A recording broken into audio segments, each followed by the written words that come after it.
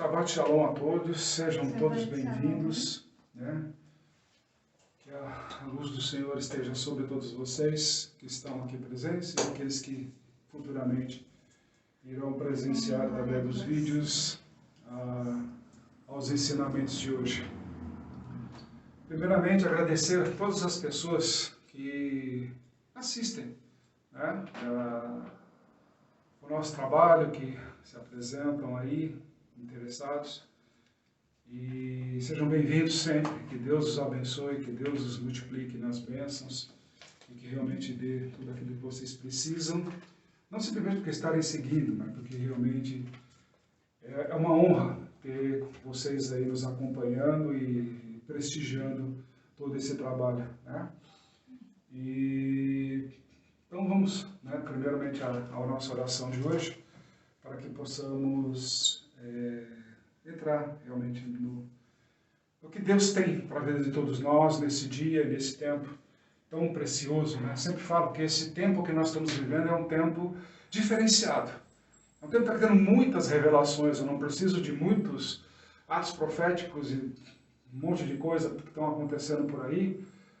Quando é para falar da mesmice que dá para perceber visualmente, né? Dá para a gente perceber aí em todo o que vem acontecendo em todo o planeta, em todas as coisas, são situações que já foram profetizadas, não apenas pelos profetas, né? Isaías, Jeremias, Malaquias, Ageu, não é somente isso, os próprios apóstolos já profetizaram a respeito disso, desse tempo, né, que nós estamos vivendo, né? E esse princípio das dores, né, as dores que nós estamos sentindo hoje, nada mais são do que os princípios. E justamente nós temos que entender a palavra princípio. Não é simplesmente, está começando a doer, não. O princípio significa que estamos caminhando para um final, o princípio do fim. Então, o princípio do fim realmente é dor. O fim de uma gestação é o nascimento. Causa dor em abundância. Como a gente costuma dizer, né, a gente, usando como exemplo a própria gestação, enquanto ela vai se desenvolvendo, vão ocorrendo incômodos, vão ocorrendo uma série de situações que são suportáveis. Mas quando realmente chega no final, na hora do parto, aquela coisa toda, é o princípio de dor. Né? É realmente para gerar uma nova vida, aquela situação toda, né? De vir ao mundo uma nova vida, né? Já escolhida pelo Senhor. Então ela gera essa dor, a famosa dor de parto, né? Que tanto fala na Bíblia, né? Então precisa se gerar dor para realmente nascer. Então justamente quando nós estamos falando aí, quando Cristo fala o princípio das dores, é o princípio da dor de parto. Nós estamos suportando para começar ao caminho do novo nascimento, de realmente nascer de novo. Então nós temos que suportar algumas tribulações que estão acontecendo aí no mundo, para justamente ultrapassar essa fase e vir um novo momento aí que se avizinha com a gente, já que tem tanto profeta aí falando que já estamos no final dos tempos, uma série de coisas, eu já prefiro dizer que nós não estamos no final dos tempos, estamos no princípio deles, mas caminhando grandemente para um futuro no infinito, não um futuro finito que tem neste mundo que nós sempre ensinamos aqui, tá bom? Senhor, meu Deus, meu Pai, em nome de Teu Filho, Senhor, hoje eu vou te pedir, Senhor, por todos os enfermos que estão nos hospitais, Senhor, no mundo inteiro, Senhor, sejam por doença, sejam por acidentes, sejam por guerras, sejam pelo que for, Senhor. O Senhor os levou até lá por algum motivo, para serem tratados e serem curados, Senhor. Que o Senhor hoje, Senhor, estenda a Tua mão sobre cada leito, Senhor. Cada acompanhante também, Senhor, porque também é um sacrifício, Senhor, para o acompanhante, Senhor, suportar ali do lado, Senhor, o seu ente querido, Senhor, com todos os sofrimentos. Às vezes o ente querido fica sedado, fica de alguma forma que ainda consegue suportar alguma coisa. Mas o acompanhante fica ali na esperança de recuperação e de tudo mais, na ansiedade, Senhor, sendo comido aos poucos, Senhor, por esse sentimento.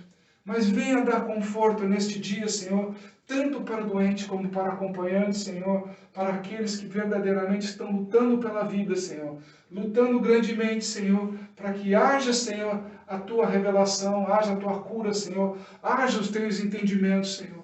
Derrame agora das tuas bênçãos, Senhor, em todos os hospitais, em todos os leitos, Senhor, em todos os quartos, Senhor, em todas as enfermarias, Senhor, em todas as casas, Senhor, que encontre-se alguém doente, Senhor, precisando ser ministrado pela tua voz, Senhor, ministrado pela tua palavra, Senhor. Que venha de encontro, Senhor, à tua benevolência e ao teu amor, Senhor, para todos sempre. Amém, Senhor. Amém e amém, Senhor. Hoje temos uma porção bem significativa e simples, de certa forma. Eu vou cortar ela, né, enxertar ela de uma forma mais simples, porque não adianta nada eu ficar me delongando em algumas explicações que muita gente se debruça sobre detalhes, né, das coisas. Eu vou mais que tipo, como se fosse direto ao ponto, que é muito melhor e menos cansativo para as pessoas. Hoje nós vamos falar da porção Shemini, que significa oitavo dia, né? Como vem de Levíticos 9:1 a 11:47, Ezequiel 36, 16, 38, reparos, né? E Marcos 14, capítulo 14, de 1 a 72. Obviamente eu não vou entrar no detalhe de ficar estudando os capítulos inteiros nesse sentido, porque não é esse o objetivo. Se eu fosse ficar aqui falando de Levíticos, eu precisaria de pelo menos 2 semanas, não menos que isso, para poder explicar com detalhes, dá tempo de assimilar, dá tempo de falar alguma coisa, porque aqui ele vai falar da saída da consagração de Araão e seus filhos, da morte de Nadab e Abiú, e também de todas as comidas kasher, ok? Então, as comidas de santificação, ok? E aqui também algumas coisas mais no final aí do capítulo 14, também não vou ficar entrando em detalhes com discussões sobre pontos de vista disso, daquilo, aqueles detalhes que muitas vezes as pessoas se pegam e perdem toda a essência do ensinamento. Tá? E aí justamente que a gente vem batendo muito de frente em alguns lugares, às vezes as pessoas se pegam em algumas coisas e não gera fruto. E não é esse o objetivo. O objetivo é gerar fruto na vida de todos nós, não só na vida de vocês que estão assistindo, mas principalmente na vida sacerdotal. Porque eu sei que tem muito ministro por aí que também assiste os nossos vídeos e às vezes eles tiram ensinamentos daqui, falam que são deles, aquela coisa toda. Eu prefiro dizer, ministro, tenha vergonha na cara. Tá? Ensinamento vem de Deus, não vem do homem. Tá? Eu não guardo para mim aqui que sou eu que sou o profeta, que eu sou isso, que eu sou aquilo. Não, longe de mim isso. Tá? Eu costumo dizer que todo ensinamento, todos os vídeos que vocês veem aí, não sou eu. Eu que fiz, aquilo foi revelação de Deus, e Deus fornece para vocês de forma gratuita e plena, e que vocês aproveitem ao máximo, que é o que mais agrada, não a mim, mas agrada a Deus. Isso que é o mais importante. Ok? Então vamos lá, vamos partir, obviamente, como eu gosto, aí sim, posso dizendo, né? Eu gosto de fazer as pessoas pensarem. Tá? É gostoso fazer as pessoas pensarem. Sair desse lugar comum, porque é muito legal chegar na igreja, começa aquele culto a 10 mil por hora, e glória a Deus, e gente pulando, saparicando para um lado, para o outro. Adoro esses cultos. Não sou contra, não, pelo contrário. Eu quero mais que tenham vários cultos desses, com essa pilha, para as pessoas saírem dali pilhadas realmente no Espírito Santo. Mas tem horas que você tem que parar para ser inteligente. Não é só mover, não é só pula-pula, não é só isso. Tem que ter pensamento, tem que ter discernimento, raciocínio. Isso Deus nos pede, porque Ele nos dá sabedoria. Só que se você sabe, mas não pensa, ou seja, não faz reflexão, não tem discernimento do que aprende, não tem entendimento, então você é um sábio tolo. Simplesmente isso. Apenas conhece. E não é isso que a gente quer. Okay? A gente quer que você atinja um grau de plenitude muito elevado na parte espiritual. Okay? Então vamos lá. Vocês devem estar achando interessante o 8º dia. Né? E realmente nós temos que parar para pensar. Nós já podemos olhar que todo o sistema métrico do mundo é baseado no princípio da criação. 7 dias. Só que para a Bíblia começa no domingo e não na segunda-feira, que nem o homem fala. Então começaria no domingo, porque segunda já é segundo dia. Terço, terceiro dia. Então tudo começa no domingo. No domingo está todo mundo descansando. E a gente relaxa em cima disso daí. Resolveram trocar o Shabat pelo domingo, nesse sentido, para poder fazer o seu dia de descanso do homem. Tá? Ou seja, deram uma burladinha ali na Bíblia, tá? Aquela coisa toda. Mas fica à vontade aí, cada um com seus credos, cada um com as suas filosofias, que tá tudo certo, tá tudo bem. Mas aí, o interessante é tipo falar, ao 8º dia. Se nós temos um sistema de 7 dias, o que tem a ver o 8º? O 8º seria o início. E o 8º dia é o dia da saída da consagração de Araão.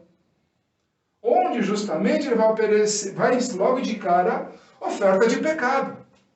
Mas peraí, o cara acabou de sair de uma consagração e tem que fazer a oferta de pecado junto com uma oferta de paz? O negócio é esse, que a primeira coisa que uma pessoa que acabou de ser levantada como sumo sacerdote junto com seus filhos e toda a nação sacerdotal, foram consagrados, foram preparados durante todos os 7 dias. No 8º dia da saída, já logo de cara, a primeira coisa é pecado. Eis uma pergunta bem propícia. Por que disso? Para justamente entender que tudo o que vem pela frente, a função de um sacerdote, é justamente o quê? Corrigir os desvios que o povo faz. Nós sabemos que todo o que é pecado tem um significado muito simples. Significa se desviar do alvo. Como nós vimos aí, umas paraxás anteriores aí, umas paraxotes anteriores, o nosso alvo é Cristo. Nosso alvo é Yeshua. Ou seja, cada vez que nós nos desviamos, nós pecamos. Então, pecar significa você sair da linha de direção do alvo. Então, como um aviso, já para o sacerdote, olha, se prepare, porque aqueles que eu confiar nas suas mãos se desviarão do alvo. E nada melhor do que também trazer a oferta de paz, para que tudo se acalme. Porque o pecado ele não pode ser aquela coisa de, eu pequei, aquela coisa de desespero, mas sim de compreensão. E errei, perfeito, somos seres humanos, somos feitos de carne e osso, temos a essência do mundo dentro das nossas entranhas, então não tem como se desviar disso. Errar, nós vamos pecar. Andar em santidade que é dificuldade. Então o mundo sempre vai fazer com que a gente se desvie. Então, para que faça isso, nós estamos sendo corrigidos.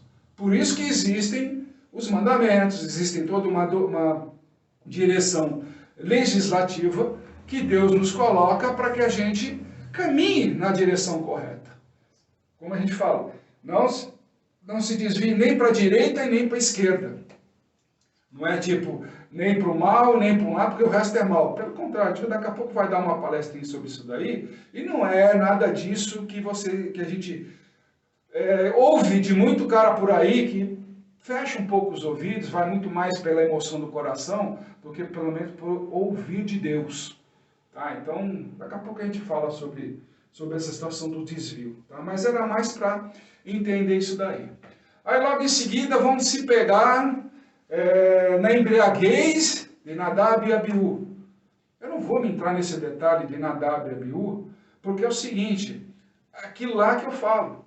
Nadab e Abiú escolheram o caminho da direita. Escolheram o caminho da direita. Por isso que eu estou falando, é muito importante saber o que é direita e o que é esquerda. E por que a gente tem que andar no centro, no alvo? Isso que eu estou falando. Escolher, não tem nada a ver com o negócio da embriaguez, que eles se pecaram por causa da embriaguez, por causa disso, Calma, calma. Esses detalhes, calma. Não vou tirar a razão de quem quer se apegar por aí. Tá? Que a embriaguez é um problema, realmente é um problema social. A embriaguez já está na nossa juventude implantada há muitos anos. E ninguém cuida. Né? Não tem aspectos sociais aí, não vejo nenhuma movimentação social, porque nós presenciamos isso na nossa capelania lá social, nós visitamos muitos lugares, em muitas situações que nós estamos percebendo, que a embriaguez não é no adulto, a embriaguez nasce na infância. Tem muita gente aí menor de 12 anos, menor de 10 anos, já embriagado.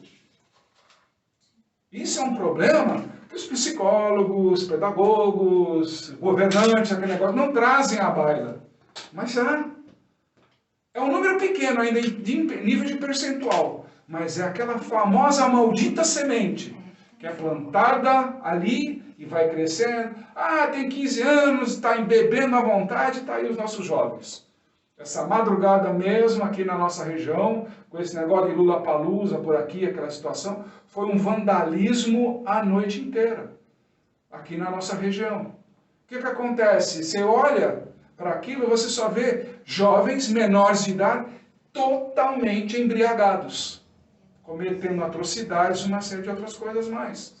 E por causa disso eu vou condená-los, como muita gente quer colocar como Nadab e Abiú, condenado porque estava em embriaguez.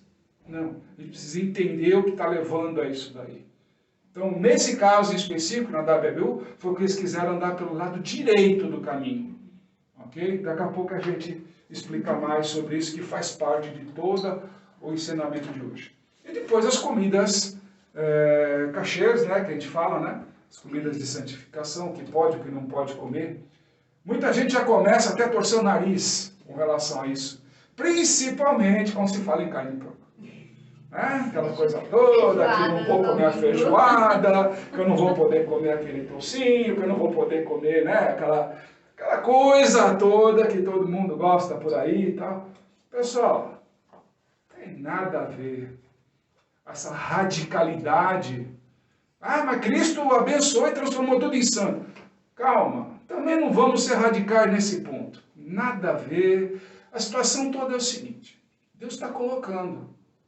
Se você está se preparando para uma santidade, como a gente fala, o livro de Levíticos é direcionado para uma classe sacerdotal. Não é para a população. Grupo específico. Se você está se preparando para a santidade, ok? Certas coisas você também está limitado. Do que você pode, do que você não pode. Como o próprio Cristo ensina. Ou melhor, o apóstolo Paulo através do ensinamento de Cristo. Né? Tudo lhe é permitido, mas nem tudo lhe convém. Então, vem muito a calhar justamente as explicações sobre comida de santificação. Por exemplo, você quer comer sua feijoada. Sabadão, aquela coisa toda, beber sua cerveja e tal. Eu vou pecar, apóstolo? Não. Não. Simplesmente não. Mas então eu posso comer um fruto do mar, um marisquinho, um camarãozinho, tá? À vontade, meu filho. Fique à vontade. Aproveite. Mas é o seguinte, se você vai para a igreja, você vai buscar o quê? Santificação. Então, se prepare. Para esse dia você não come. Entendeu?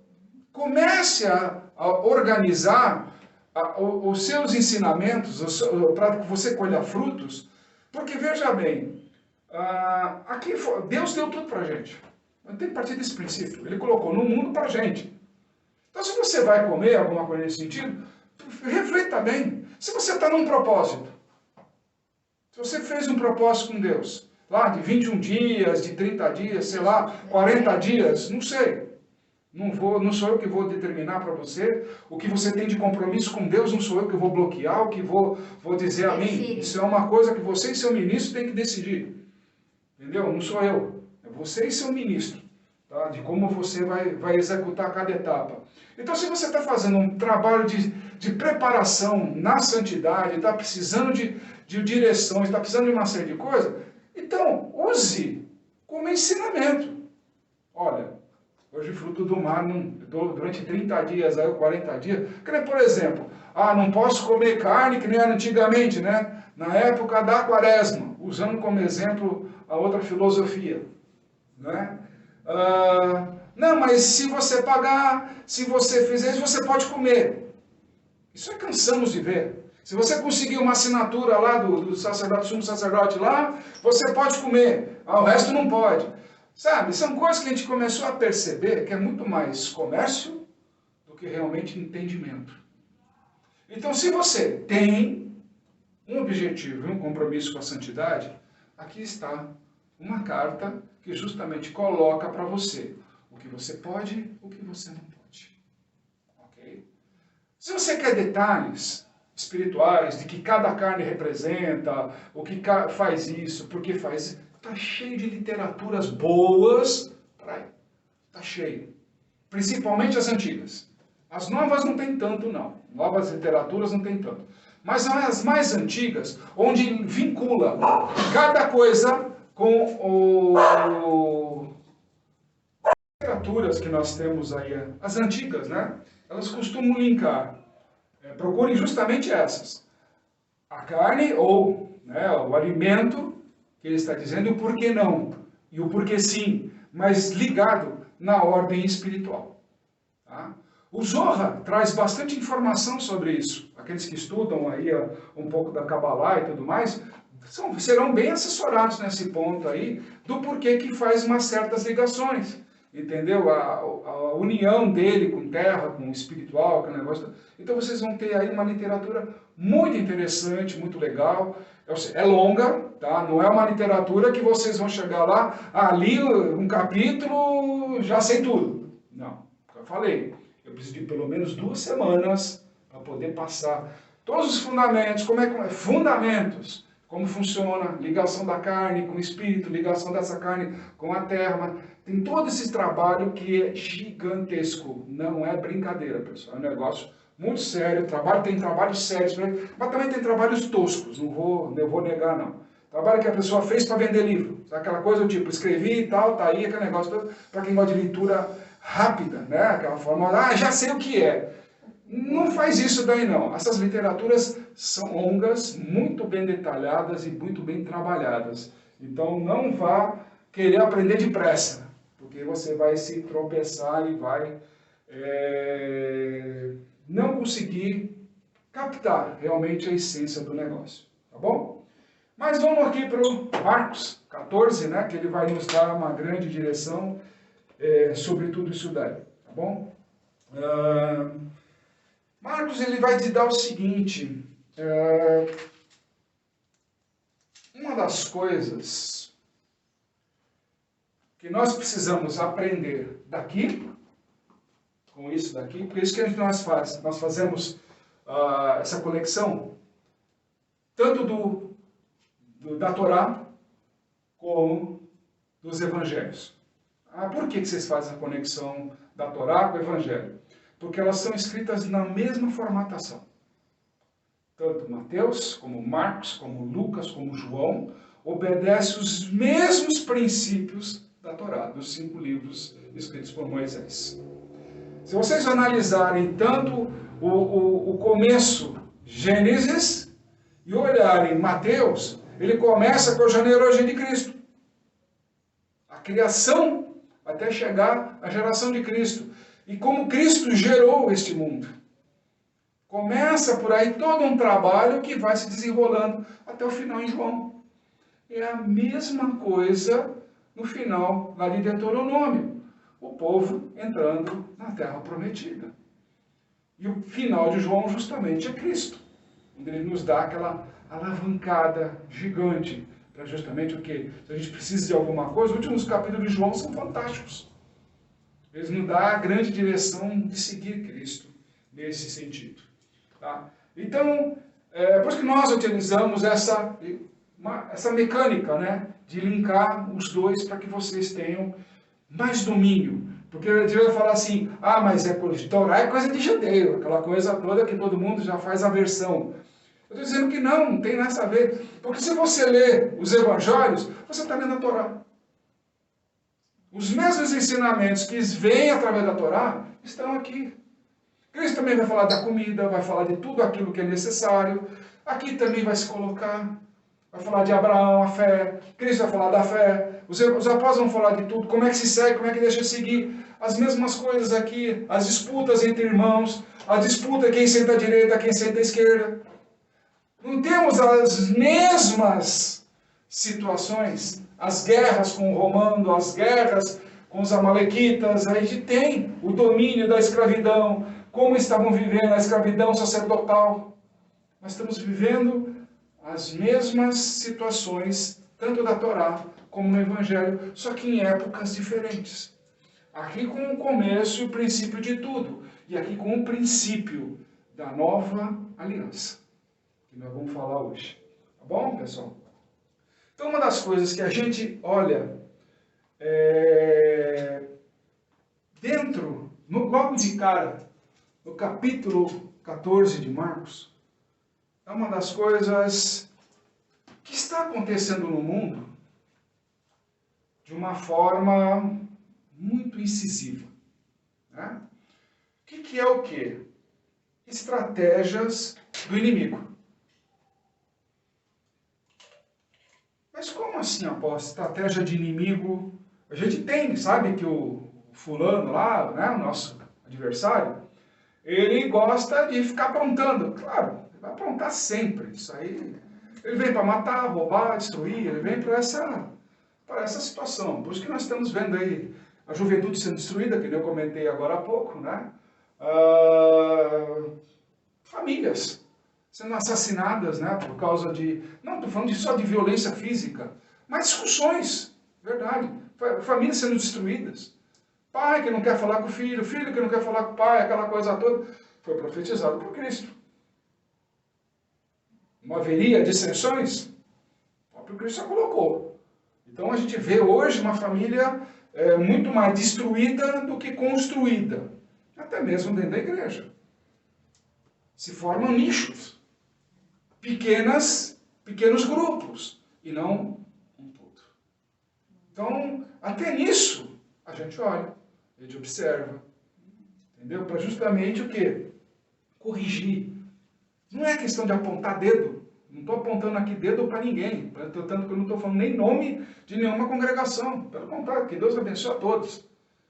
Mas existem situações que nós não podemos passar despercebidos. E isso é visível em qualquer lugar. Quando normalmente se chega numa igreja, eu presencio muito disso, é que tipo assim, aonde eu vou sentar, qual é o melhor grupinho? Onde eu vou ficar em evidência, quem é aquele lá, ou eu vou ficar quietinho no meu canto. Você tem esses grupos. Ou seja, isso é dissensão. Dentro da própria igreja, não forma um corpo. Ah, mas todas as pessoas são diferentes. São. Glória a Deus por isso. Que é nessa diversidade que nasce a unidade. Deus já criou para isso. Diversificou todas as espécies das pessoas justamente para isso. Para que criasse a unidade. E hoje, se a gente olhar para o mundo, é tanto negócio, tanta empolgação com a diversidade, que não se cria unidade.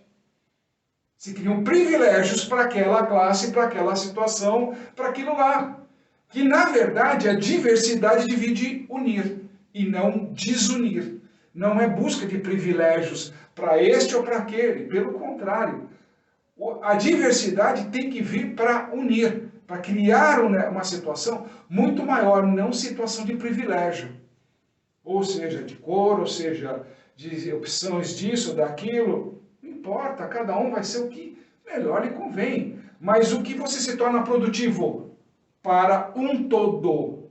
Não é somente para o teu nicho, para aquilo que você gosta. Imagine o seguinte, se todo mundo gostasse de rock and roll, que seria do gospel? Se todo mundo gostasse do gospel, só do gospel, o que seria do samba? O que seria dos outros ritmos? O que seria de tudo?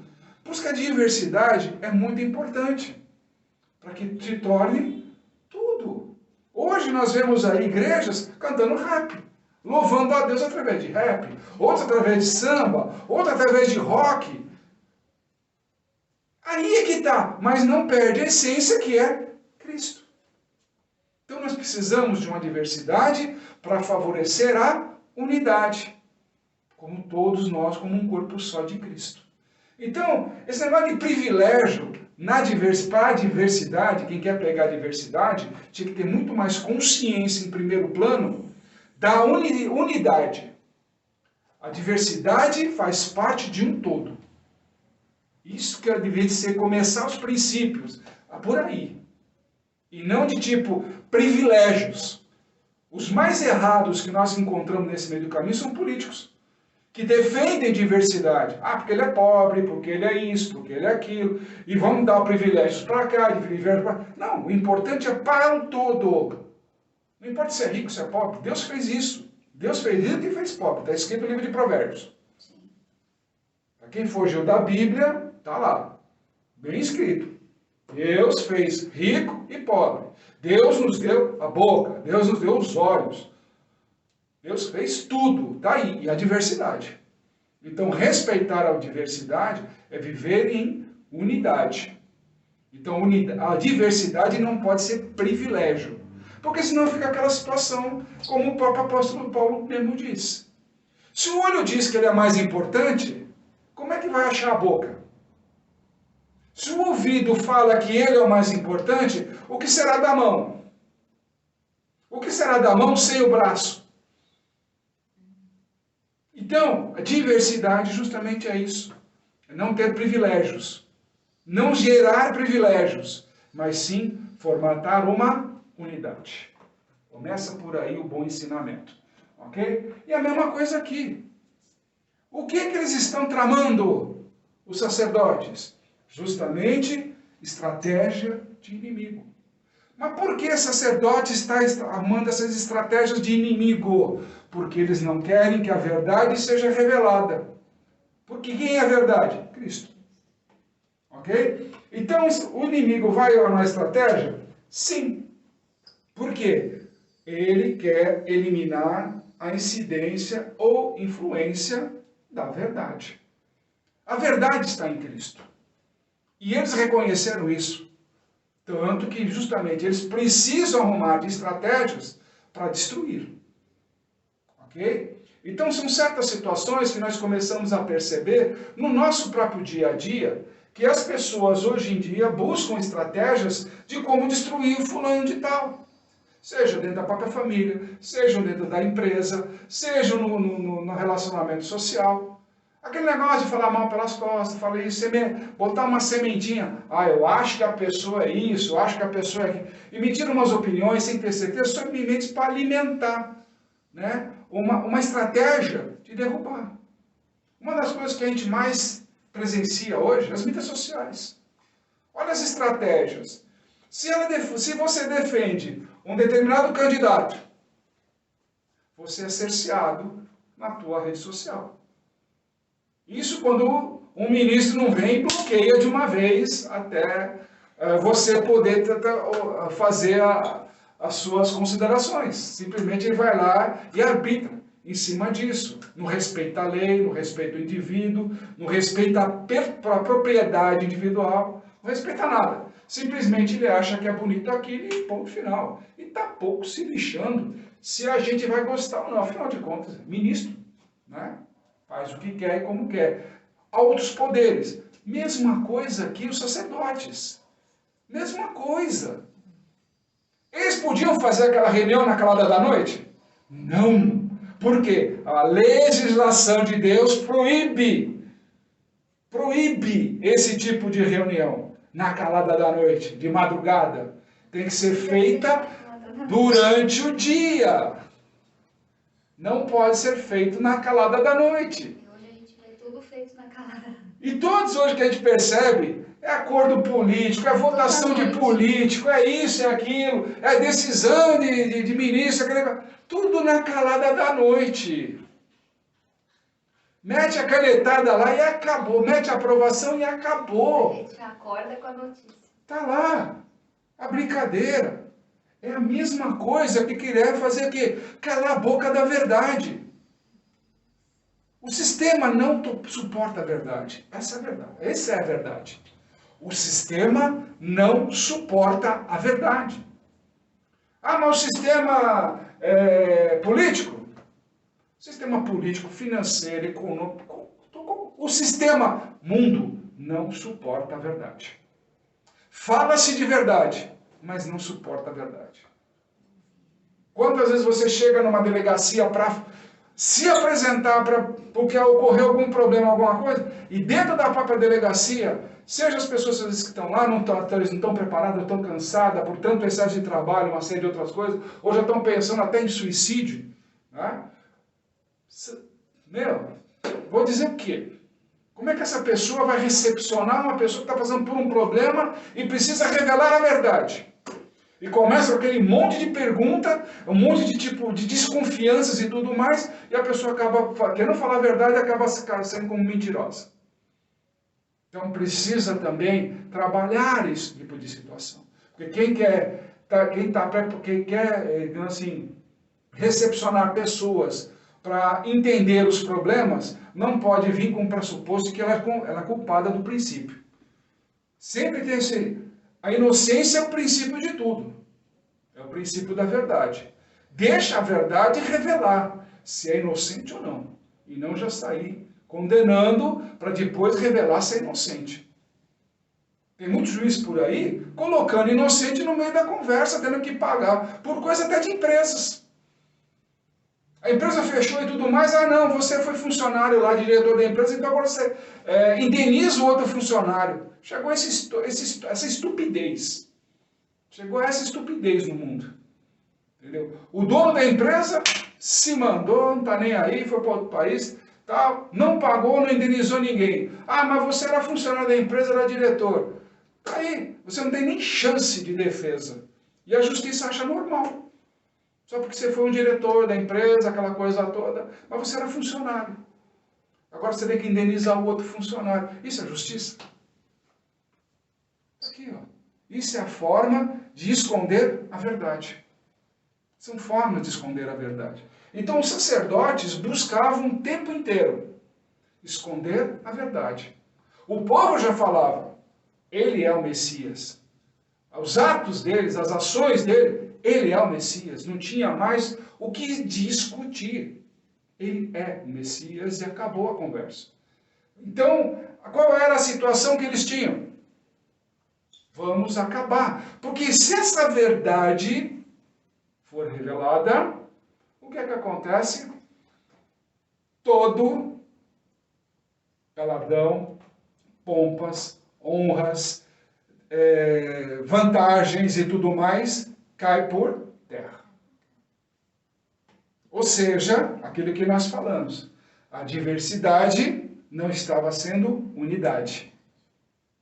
Por isso que as pessoas falavam lá, mas que ensinamento é esse? Com tanta propriedade. Coisas que os sacerdotes tinham que passar. Hoje existem sacerdotes que só ficam fazendo moveres apimentados. Para ocultar, muitas vezes, aquilo que eles não sabem. Não tem discernimento da verdade. São aquele que a gente fala, principalmente pregador itinerante, tá? Pessoa que não tem base, ou seja, não tem uma igreja para tomar conta, não devia nem sair pregando por aí. Não devia. Sinceramente, não devia. Porque ele não sabe a responsabilidade que existe naquela igreja. Pessoas ali que dependem daquela alimentação. E não é simplesmente um culto que vai aparecer lá, e aí o cara apareceu, movimentou aquela igreja, recebeu o seu dinheiro e se mandou. E aí? Será que ele deixou um estrago de verdade naquela igreja? Ou ele botou aquela igreja contra o próprio ministro?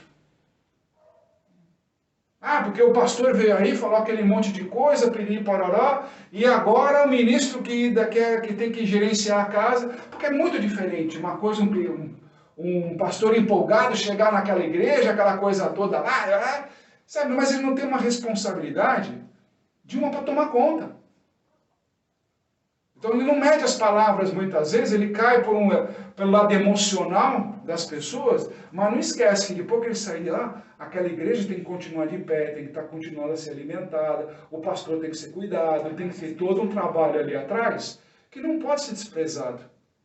Então cuidado. Pessoas que não têm uma responsabilidade com a igreja, deixa ele para lá, né? Deixa ele começar a entender, primeiro identificar uma igreja, onde ele possa pregar, e a partir dali sim, começa a ser enviado. Do próprio altar da igreja dele. Porque se um dia der problema, vamos na igreja onde ele frequenta. Vamos lá na igreja onde ele frequenta. Aí vocês vão ver como é que ele administra a igreja dele. Aí vocês vão ter um norte. Aí vocês vão ter um norte. É a mesma coisa aqui. Cristo, quando começou a revelar a verdade, começou a mostrar essas falhas. Começou a mostrar as falhas dos estudiosos. Que hoje muita gente vende por aí os cursinhos da internet, né? Do Instagram, de todo mundo lá, aqueles cursos. Curso disso, curso daquilo, teologia. Você vai ser doutor, vai ser... Calma, filho. Calma. Quer aprender a Bíblia? Eu não preciso pagar curso nenhum. A sua igreja tem que ser competente para te formar. Porque se a tua igreja não tem competência para te formar, não vai ser um ensinamento de outro.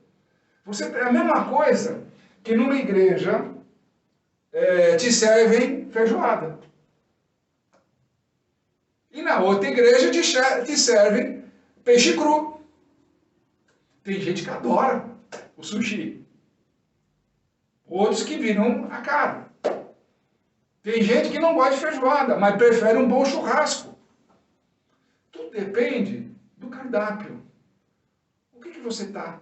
Como é que está o seu estômago?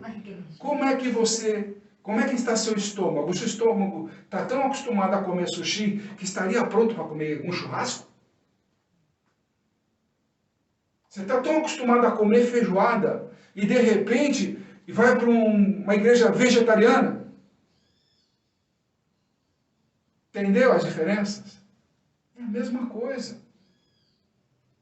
Quando Cristo revela essa situação, ele está mostrando, vocês estão mostrando a comida errada, o alimento errado para o seu povo. Então, esse negócio de ficar misturando, não, estuda ali, estuda aqui e tal, o que você traz para a sua igreja? Se a sua igreja é acostumada com vegetariano, aí você traz o alimento de feijoada de um curso, sei lá, de uma outra igreja, aquele negócio todo, você vai causar problemas. Vai dar uma indigestão nessa igreja que você não imagina. Você vai ser o quê? Um revolucionário. Um chamado rebelde. Aí você não tem mais paciência para ficar nessa igreja. Você começa a criticar a igreja. Você começa a criticar o ministro, que ele não sabe nada, que é isso, que é aquelas conversas que a gente já sabe. O que é isso? Estratégia do inimigo. Para derrubar igrejas. Derrubar pessoas sérias, pessoas que realmente têm uma estrutura e que têm como oferecer alimento para as pessoas. Aqui. Cristo está oferecendo um alimento verdadeiro. Não, aqui com a gente não. A gente vai perder tudo isso aqui que a gente já tem. O que significa isso? É aquilo que a gente estava explicando sobre a comida kosher. Eles não podiam comer isso e aquilo. Mas só que o alimento deles não era o mesmo do povo. O que eles comiam, o povo não comia. A alimentação deles era totalmente diferente daquilo que eles davam para o povo. A gente começa a analisar isso. Por isso que as pessoas perguntam, que ensinamento é esse, Cristo? Que ensinamento é esse, meu Senhor? Que a gente não viu? Que a gente não sabia que era assim? Que alimento gostoso é esse? Porque foi dito, toda a palavra sai da boca de Deus e esse é o pão que o homem precisa para comer. Não é isso que está escrito? Então, Então por que que eles não colocavam esse pão na mesa de quem tinha que ouvir? Por que que só Cristo colocou isso na mesa de quem tinha necessidade da palavra de Deus? Essa é a pergunta. Só que esse alimento, esses sacerdotes não queriam dar. Não queriam que o povo se alimentasse da verdade. Porque isso daí expunharia toda a classe sacerdotal ao ridículo.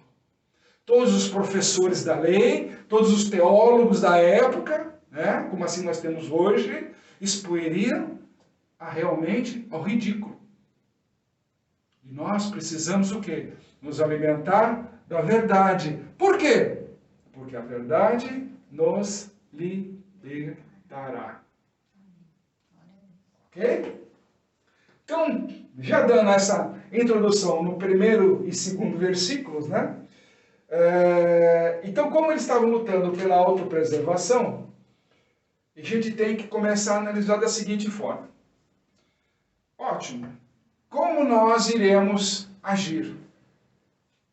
Aí vai um carinha lá fazer essa negociação. Sempre no meio de um grupo, sempre vai ter um traidor. Sempre vai ter. Não adianta querer enganar, tá? Sempre vai ter. Porque aquele que ele não está olhando para a unidade. Ele está olhando tipo assim, eu quero que aquele lá seja o líder, né? O fulano, o beltrano, ele nunca vai querer aparecer. Ele está sempre pelas espreitas, como uma serpente. Então ele nunca vai querer aparecer, ele quer que os outros apareçam. Mas ele está sempre ali na rabeira. Sempre serpenteando ali as coisas. E tipo assim, vendo os defeitos, os detalhes, onde as pessoas mais pecam, as vulnerabilidades de cada pessoa. Isso daí são víboras. São serpentes que justamente o quê? Se alimentam das nossas fraquezas. Porque o objetivo é destruir, né, a estratégia de destruição da verdade. Porque mesmo sendo um líder, mesmo sendo um comandante, mesmo sendo capaz de fazer uma série de envolver pessoas, haverá sempre pessoas no meio querendo destruir. Ok? Tranquilo, amém? Tranquilo até aqui? E aí nasce um probleminha nesse caminho. Nasce aí uma situação muito interessante. E é justamente nos versículos 5 e 9, nós vamos ler aí, da mulher que se aproxima do Messias, né, de Cristo, e justamente vai derramar o óleo sobre ele, né? Então vamos lá. A mulher, né, que nós temos aí, que se aproxima de quem? Não. Não só isso. Nós temos o quê? Ele é um rei. Ele é Messias. Ele é um sumo sacerdote. Para quem não sabe, vai lá no livro, né, na carta de Hebreus, você vai saber por que ele é chamado sumo sacerdote. É conhecido como sumo sacerdote, tá bom? Então, quando ela se aproxima, não é somente de Cristo. Ela está se aproximando de ser do rei, do Messias e do nosso sumo sacerdote. Porque a gente tem que parar um pouco de tirar esse negócio da personalidade de Cristo, né, da pessoa chamada Cristo, porque ele agora, ele é rei. Hoje, ele não é Cristo, ele é rei. Ele é o nosso sumo sacerdote. Ele é o nosso Messias. Não é somente uma pessoa que está sendo derramado um óleo lá. A visão dessa mulher foi profética. Não é uma visão qualquer. Muitas vezes as pessoas se aproximam, por exemplo, de um político. Para quê? Para sair na foto, ganhar fama, ganhar isso, ganhar aquilo. Tiram foto com, de repente, um desportista, um ator, alguma coisa assim. Isso se chama o quê? Idolatria. Idolatria. Mas ela aqui, quando ela foi lá derramar o óleo, ela fez um ato profético. Ela viu o rei, o Messias e o sumo sacerdote naquela pessoa. Então nós temos que começar a prestar atenção dentro da Bíblia em algumas coisas que são bem proféticas, tanto para aquele tempo como para hoje. Quando nós aproximamos do Cristo, nós temos que entender que Ele é o Rei.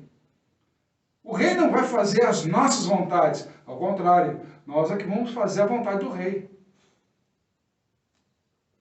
Tem muita gente por aí indo para culto para que o Rei faça a sua vontade. Ao contrário, nós vamos lá para fazer a vontade do Rei. Então, quando você sair de casa, não sai com uma lista de pedido, não. Ó, Rei, está faltando isso, está faltando aquilo, para. Ele é Rei. Ele é Rei. Ele quer ver como você adora, como você se aproxima dele. Porque se está faltando coisa na sua casa, porque sua distância em relação a ele é muito grande. Ah, mas como é que você prova isso? Sequência. Sequência no próprio versículos que a gente deu aí. O que gerou em alguns apóstolos? Alguns discípulos, vai? Ainda não é um apóstolo. Alguns discípulos. Qual foi o sentimento?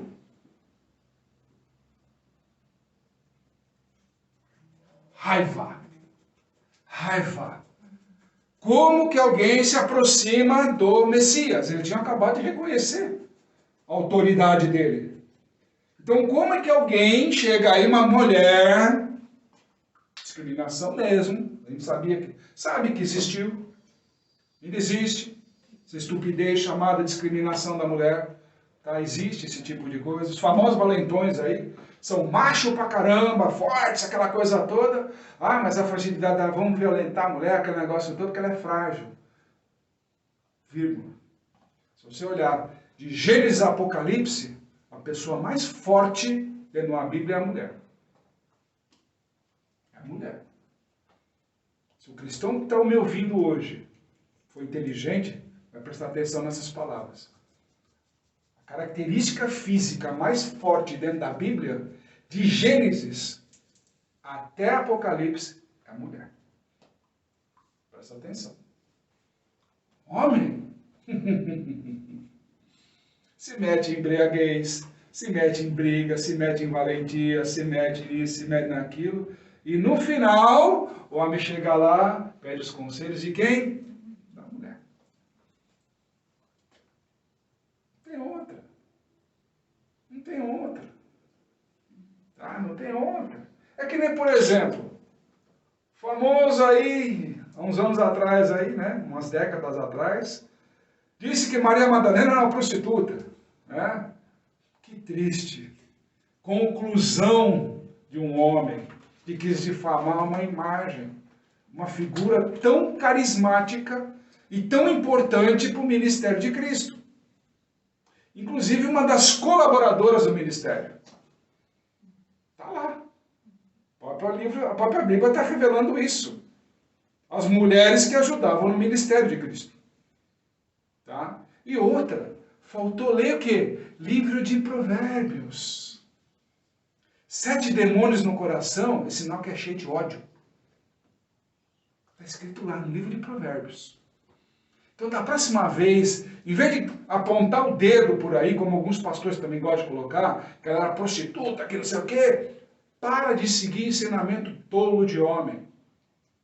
Vá ler a Bíblia, em primeiro lugar, se certificar do que significa 7 demônios. Se não, vai lá no livro de Provérbios.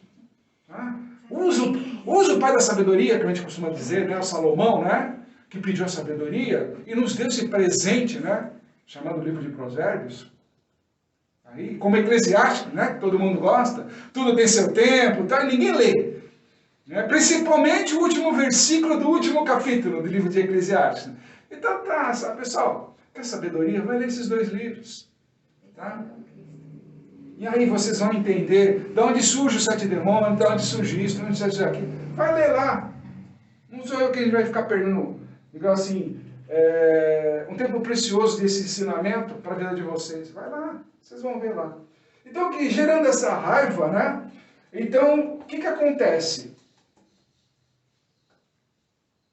Eles estão com raiva pela aproximação? Não. Da mulher se aproximando do rei, do Messias, para eles tudo bem, se aproximou do rei. Mas o que era o problema motivo da raiva deles? O desperdício do azeite. Olha a visão deles. Visão de mundo. Vamos lá. Né?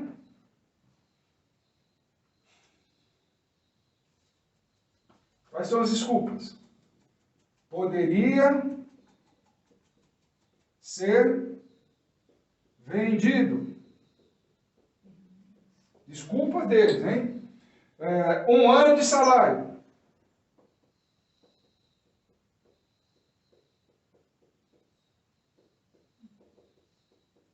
Ok?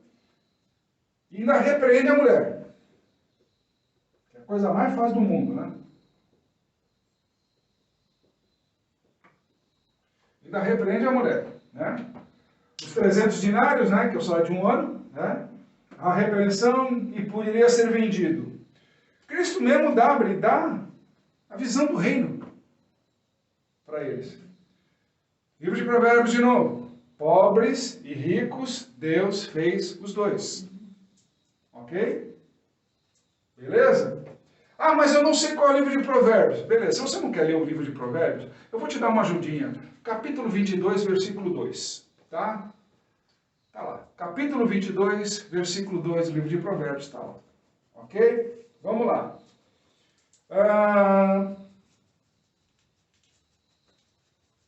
Versículo 8, que ela diz é que ela fez, ela derramou, se aproximou. Ela se aproximou. Chorou, fez tudo o que precisava, preparou ele. Coisa que a gente sabe que eles foram embora depois da morte do Cristo. Deram no pé. Ninguém preparou o Messias. O corpo dele. Ele estava sendo preparado já ali. E eles estavam repreendendo ela. Mesmo ele falando, você entregue, vocês vão fugir. Ele estava preparando. Não, mas a gente pode vender, pode fazer, acontecer. Visão do reino. Visão de reino. Ok? Então ela fez isso já tendo a visão do que ia acontecer.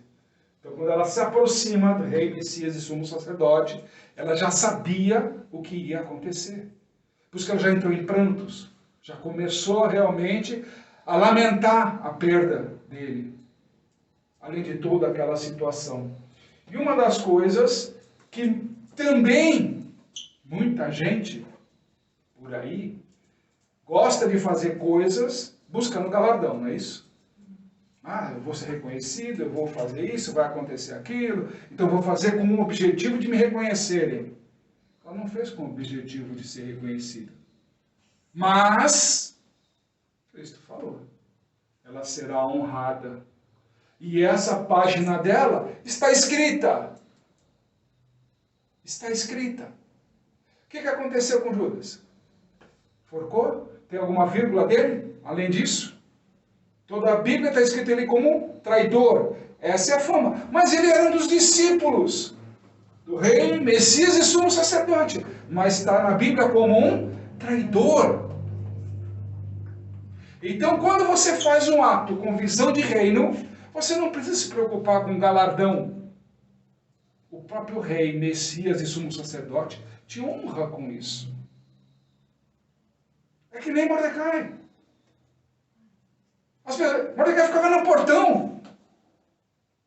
E da onde veio a honra? Do palácio. Ele saiu do portão para ir lá buscar sua honra? Não, o palácio veio até ele. Então você não precisa ficar preocupando. Seja você mesmo. Não mude a sua essência para agradar os outros. Se aproxime de Deus. Essa é a tua essência. Se aproxime de Deus. O galardão virá naturalmente. Aí, ela tem uma página escrita reverenciando a ela o que ela fez. Mesmo eles repreendendo ela. Quem estava repreendendo? Era ele? Não. Eram discípulos que mal sabiam se defender ou fazer alguma coisa em cima disso, ainda com visão de mundo. Mesmo andando com o rei, ainda a visão era mundo. Ok? Até aqui tudo bem, pessoal? Então Judas, quando vê no versículo 10 a visão de mundo, o que ele está olhando lá? Ele vai se unir aos que estão no mundo. Quem estão no mundo? Os sacerdotes, que estavam fazendo a estratégia para eliminar a verdade. Então, a partir do momento que isso aqui não agrada a ele, que ele não tem um reconhecimento de quem? Do rei, Messias e sacerdote, ele tem só a visão do mundo, porque ele queria a fama, aquela coisa toda, então ele vai se unir com quem busca a fama, a idolatria. Falando de Deus, mas eu quero ser o bam, bam, bam. Eu quero ser a estrela do filme. Eu quero ser a estrela da noite. E não Deus. Essa visão de Judas, a visão dos sacerdotes daquela época, aquilo lá e muitos outros no tempo de hoje, querem ser estrelas. Muito mais do que Deus. E na verdade é Deus que tem que ser. Tudo. Não a pessoa. Tá?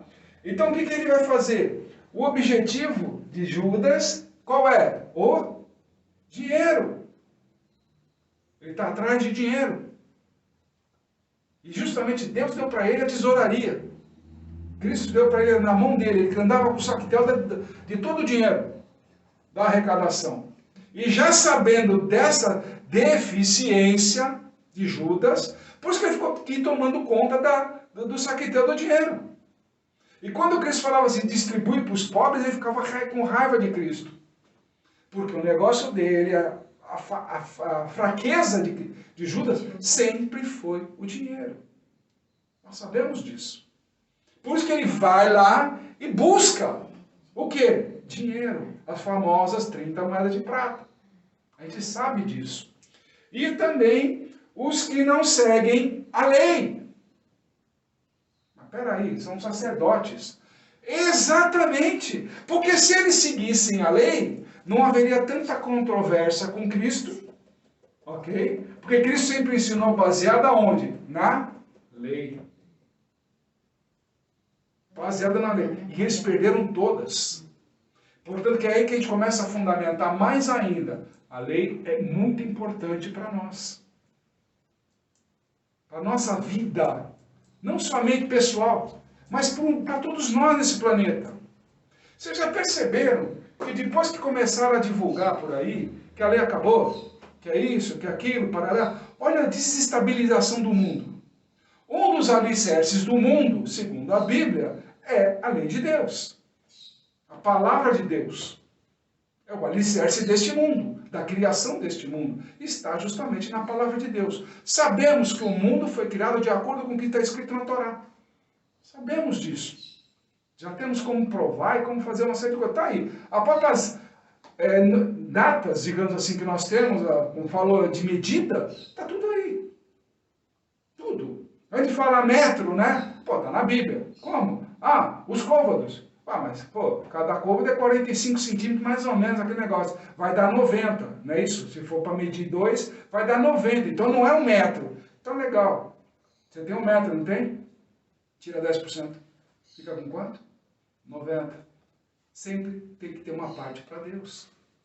Olha só a inteligência da Torá. Olha só a inteligência dos ensinamentos de Deus. Só estou dando algumas dicas para vocês pensarem.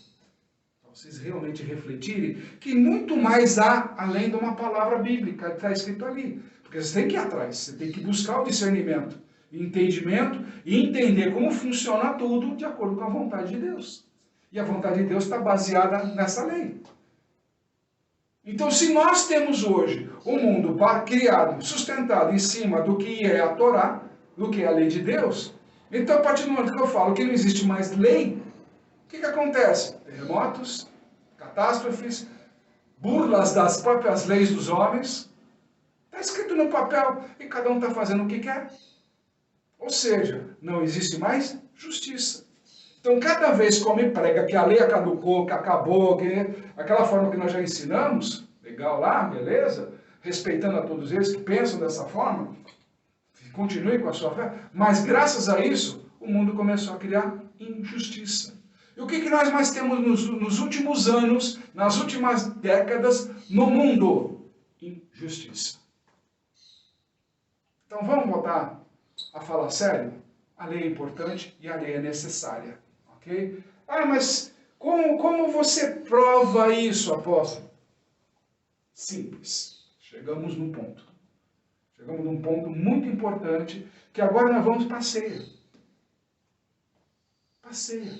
Só para fechar um pouco aqui, daqui a pouco eu já explico lá. Você que está muito curioso de saber da desvio da direita e da esquerda? Calma. Não esqueci não, calma. Calma, eu já vou dar para você esse ensinamento.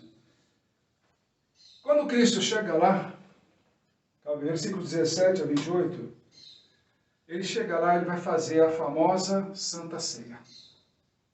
Se você celebra a sua Santa Ceia, talvez a partir de hoje você vai ter um momento diferenciado aí no seu entendimento, na sua função, né, ministerial, sacerdotal, daí para frente.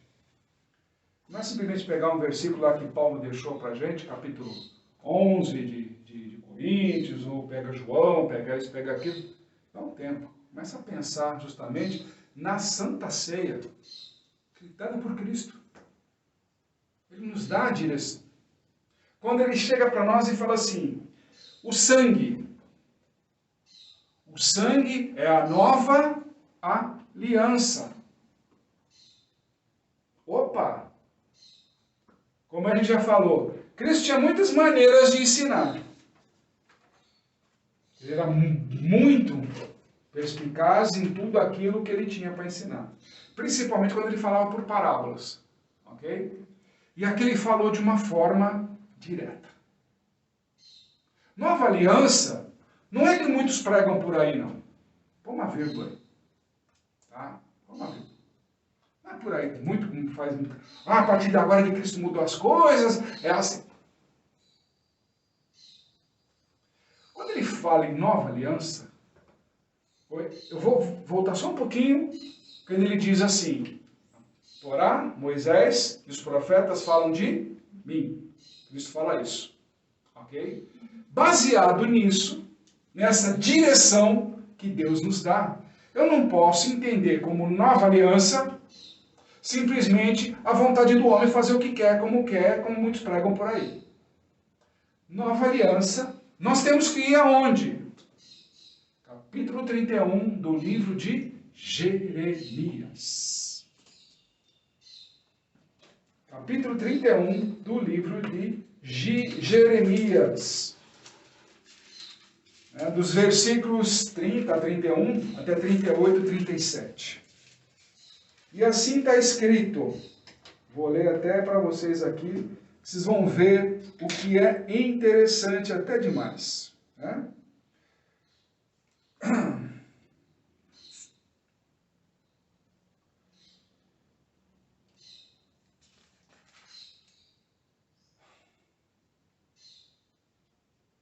Portanto, diz aqui o Senhor,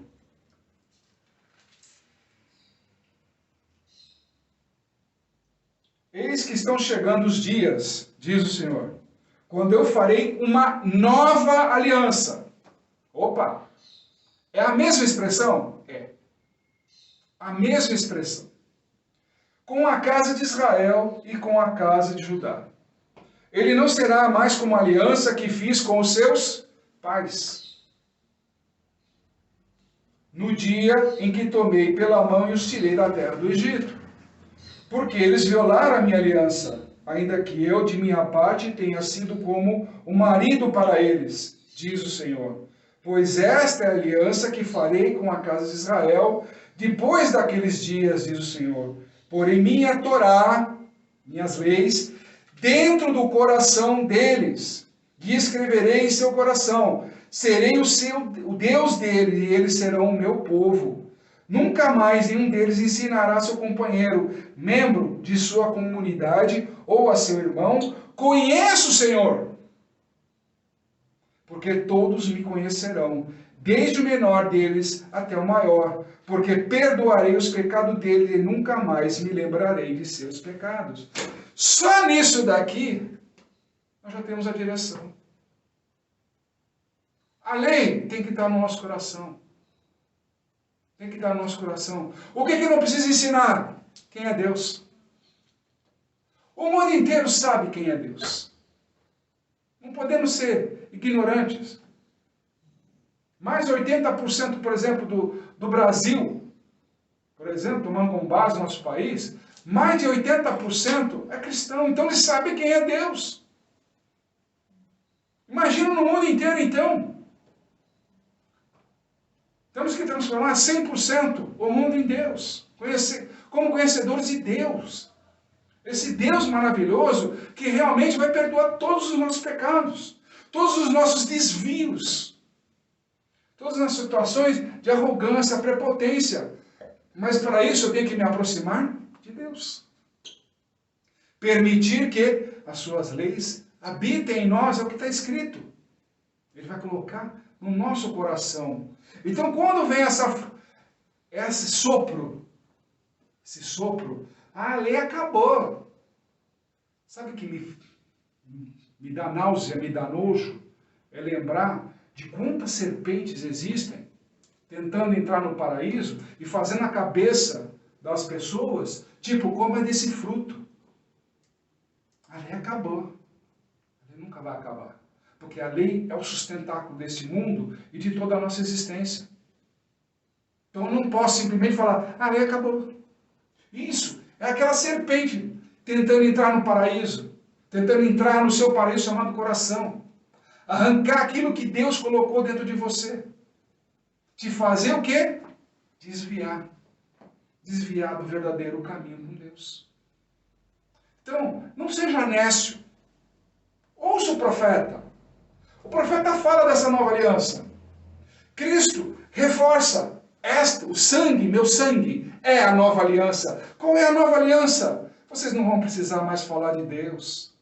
Porque todo mundo vai saber quem é Deus. Mas as leis estarão no seu coração. Por isso que você saberá mais ainda quem é Ele. E a importância que é de não se desviar. Deu para entender?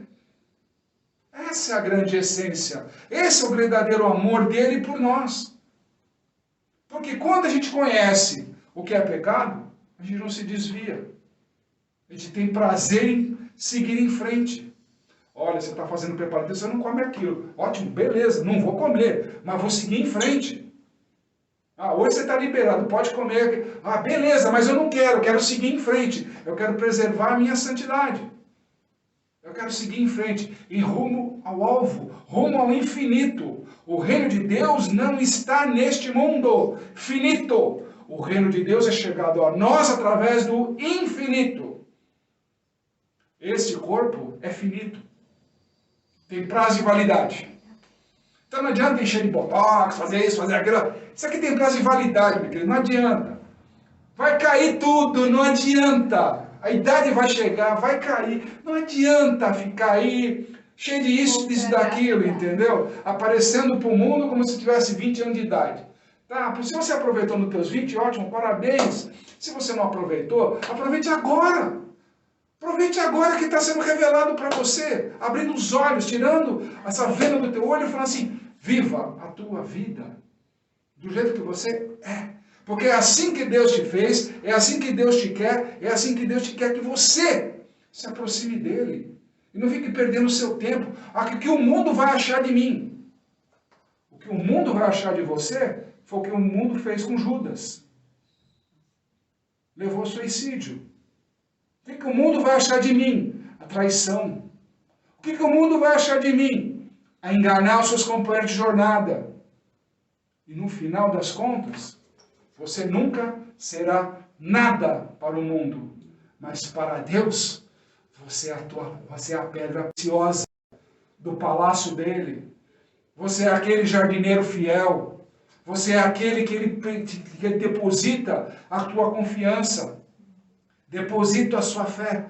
Deus está esperando de nós, realmente, sermos aquilo que Ele nos criou. Querendo voltar para casa. Voltar para o Pai.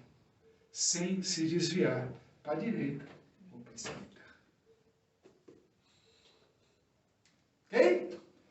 Vamos lá, posso apagar aqui? Pode.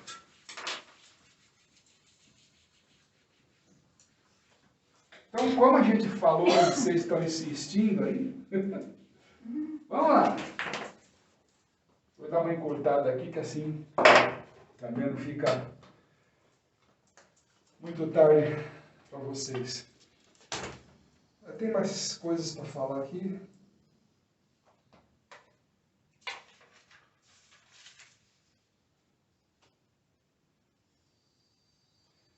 Ainda tem, só para poder dar uma fechadinha aqui, a prepotência de Pedro. Né? Não, Senhor, eu vou seguir. Ele nega Cristo 3 vezes. Não ouviu o profeta falando. Mais a prepotência do que ele, de verdade. Né? Que a gente viu que não falou. Depois você vai ver lá que ele vai, senta aqui enquanto eu vou orar. Eles vão dormir. Né?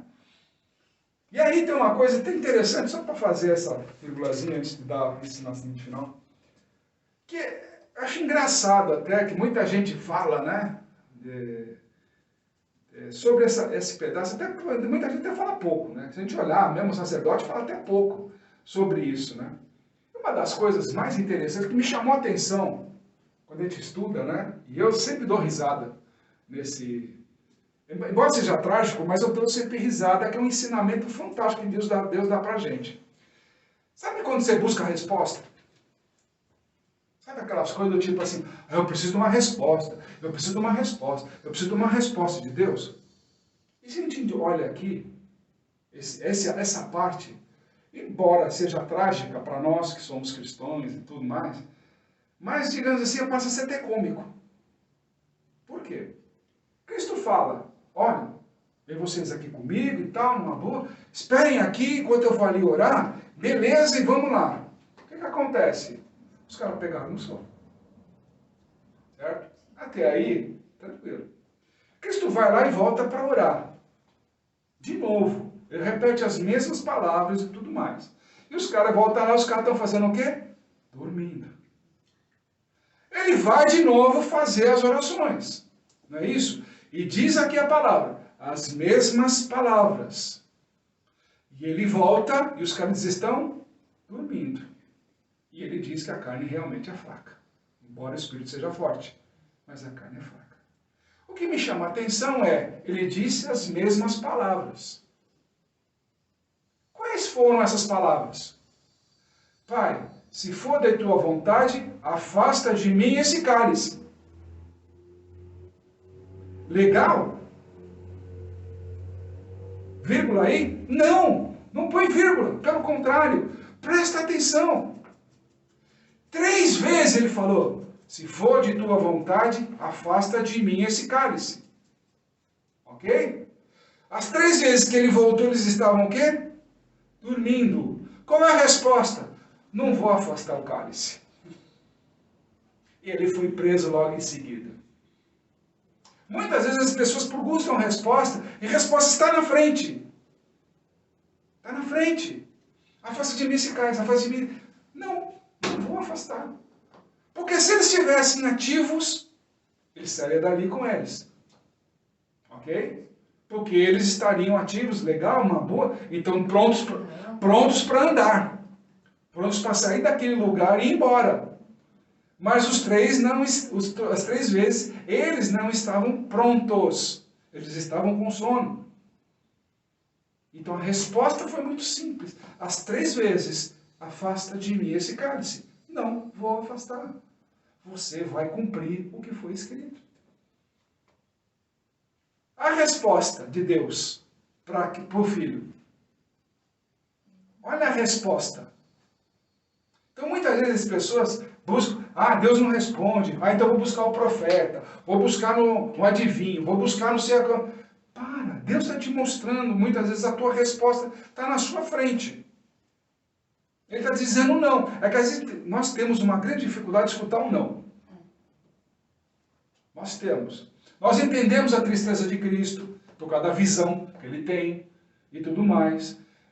Nós entendemos, só que, porque não é brincadeira, pessoal. Saber que você vai para o madeiro, você vai ganhar todas aquelas chagas, todas aquelas situações, vai ser humilhado, vai ser feito escárnio do teu corpo, escárnio de nós, né?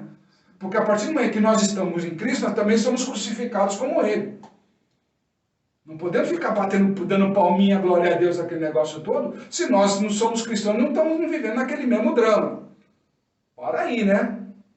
Para aí com a brincadeira.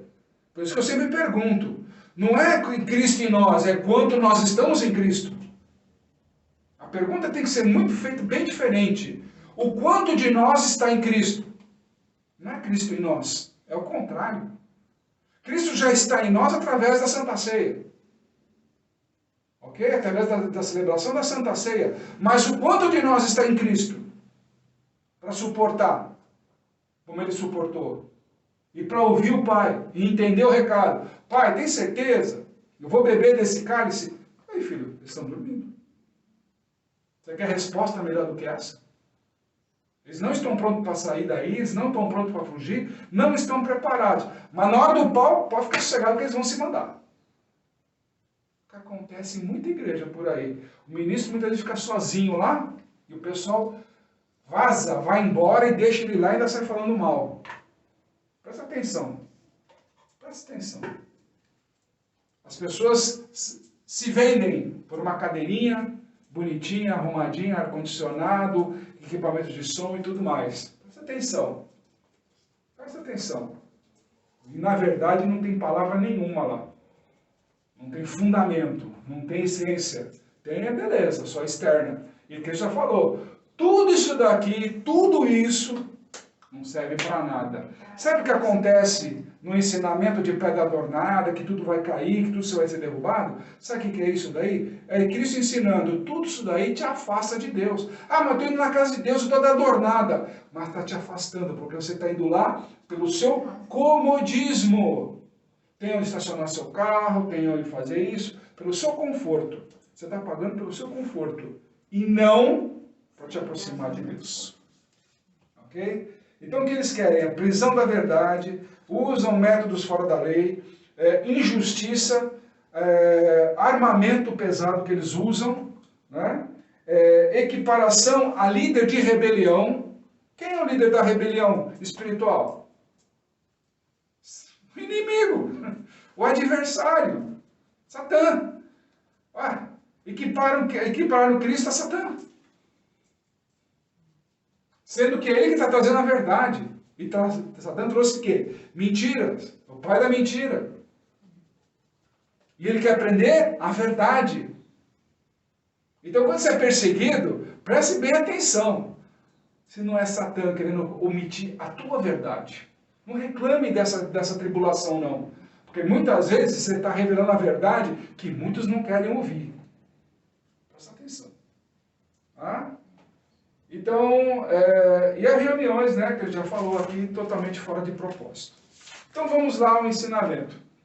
Desviar-se, nós aprendemos aqui que o alvo é Yeshua, ou seja, Cristo, ok? Então, direita ou esquerda,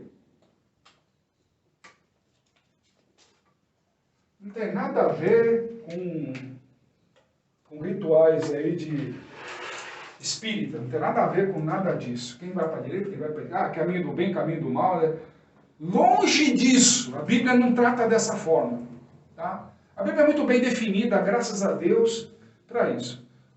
O que é bom? Deus. Não existe nada além dele, não existe outro além dele. Deus é único, perfeito e acabou. Conversa, morre aí. Enfim. Deus é o único que é bom. O próprio Cristo fala, como é que você me chama de bom se o único que é bom é Deus? Então já sabendo que o caminho bom é Deus. Então, o nosso alvo é Cristo e Deus. Ok? Pai, Filho e Espírito Santo. Esse é o nosso caminho. Ou seja, fazer aqui uma linha reta. Ou seja, sair desse mundo em direção ao infinito, né? Que é a vida eterna. Ok? Então, tem hora de depois que morrer, vida eterna, filho. É infinito. É infinito. Nós temos que começar a pensar em dois temas. Finito e infinito. Enquanto estamos aqui, nós estamos vivendo o finito. A partir do momento, se formos merecedores de viver lá na vida eterna, nós partimos para o infinito, onde nunca mais haverá morte, ranger de dente, dor, esse tipo de coisa. Ok? Então vamos lá. O que é desviar para a direita? O que é desviar para a esquerda? Tem muita gente que confunde algumas coisas por aí, e a gente vai tentar esclarecer aqui. O que é direita? Santidade. Opa! Então eu vou buscar o caminho da direita. Não. Também não. Esquerda. Pô, aí que eu não vou mesmo. Pelo contrário. Você tem que vir. Você tem que buscar o caminho também da esquerda. Esquerda é o que cuida da parte física. Ok? Um cuida da parte espiritual, o outro vai cuidar da parte física. Quando eu me desvio muito para a santidade, exemplo, Nadab e Abiú. Nadab e Abiú. Eles, não é porque eles estavam bêbados. É que existia no Egito determinados rituais, lá no sacerdócio egípcio, que muitas vezes você tomava umas talagadinhas, né? Como a gente conhece algumas coisas por aí, né? Que a gente conhece já de algumas andadas que a gente vai conversando e vai aprendendo por aí. De pessoas que dão aquela famosa, né? Dá uma embriagadinha para poder atingir um determinado estágio de santidade. Alguns tomam chás, outro bebida alcoólica, outra isso, outra aquilo, para elevar o seu nível de conexão espiritual. Aquelas mentiras que a gente já conhece por aí. Ok? Na verdade, quando você andar com Deus, você não precisa ficar inebriado com nada. Pelo contrário, o próprio Espírito Santo te deixa embriagado. Eu não preciso de fazer uso de bebidas, de chás, de nada. O próprio Espírito Santo já te deixa na pilha, ok? Não preciso de energético, não preciso de nada disso daí na situação. Então, quando a gente vai para o caminho da direita, como Nadab e Abiú, eles utilizaram de substâncias para potencializar esse relacionamento que ele tinha com a santidade. Pô, acabamos de ser consagrados sacerdotes, aquele negócio todo. Vamos acender a chama de Deus, né? Aquela coisa toda, a menorá, eles são responsáveis por isso, e botar fogo, né? E é justamente o quê? Eles foram consumidos pelo fogo. Só que note, internamente, não externamente. Eles queriam interiorizar a santidade de tal forma que ela fulminou eles. Ela não queimou o corpo todo deles, queimou as entranhas deles. Começa por aí. Então, quando você busca muito a santidade, em excesso, você vai cair o quê? Justamente nesse tipo de sentido. Você está se desviando do caminho. Quando você busca a esquerda, você está buscando o mundo. Tipo assim, eu sou sacerdote e o mundo tem que se dobrar perante mim. Como muitos fazem por aí. Você sabe com quem você está falando? Sou sacerdote, sou ministro, sou do fulano lá da igreja fulano de tal. Começa a fazer tal propaganda, tal coisa, onde o mundo envolve. Como justamente o quê? Os sacerdotes. Eles viviam muito mais vivendo o mundo do que santidade. Então, tipo, roupas, qual é o melhor talite, qual é a melhor comida. Que nem, por exemplo, acontece alguns casos de aquela casa receber aquele selo de casa aconchegante, porque pagou para o sacerdote averbar aquilo. Então, por aí, muitas coisas a gente conhece, quando a gente estuda a história de Israel e tudo mais, a gente sabe que existe isso, a corrupção. A gente sabe que existe, entendeu? Tem santidade? Tem, mas também há corrupção. As duas andam juntas. E as duas andam juntas. Mas o negócio é, eu consigo andar só nesse caminho? Não me desviar. Não, só vou ser santo. Só vou ser santo. Ou não, eu quero ir para o mundo, eu quero ganhar dinheiro, eu quero ficar rico, eu quero andar de helicóptero, aquele negócio todo. Tá aí, ó. Então não é que esses cultos de pregação, eu quero ficar rico, estão te desviando para o mundo. Estão te desviando do alvo. Falam do alvo, mas o desviam no mundo. E você só prova que está indo para o alvo sendo rico, não é isso? Mostrando sua riqueza, fazendo culto de prosperidade, culto disso, culto daquilo, blá, blá, né, que a gente já conhece por aí. Aí inventa um culto de libertação. O que é isso? Focar no mundo. Se você precisa ser tantas vezes liberto, é porque não tem unção suficiente para você andar em Cristo. Não tem. Ela não te gera isso, não gera semente dentro de você. Você precisa de tanto culto de libertação. Então ela vive mundo, dando atenção muito mais ao demônio do que praticamente a Deus. Quando você internaliza Deus dentro de você, você não precisa participar de culto de demônios, de libertação disso e daquilo. Porque está escrito, não tocarás nem um fio do cabelo do ungido meu. Então, se você é ungido de Cristo, cuidando em Cristo, buscando o alvo que é Cristo, o adversário não vai te tocar.